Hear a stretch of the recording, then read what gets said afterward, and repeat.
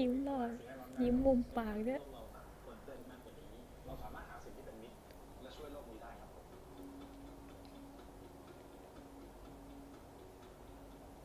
สวัสดีหยุดก่อนวีออสใหม่ซุปเปอร์สเปคมาแล้วเปลี่ยนใหม่ไซส์ตันโลต่อชื่อต่อแอปได้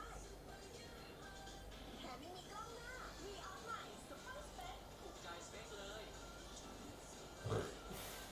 เว้ยเบื่อไหมที่ยังมีคราบติดแน่นทุกครั้งหลังซักผ้าใช้ Vanish Oxy Action ปัญหาคราบหนักแค่ไหนก็เป็นเรื่องเล็ก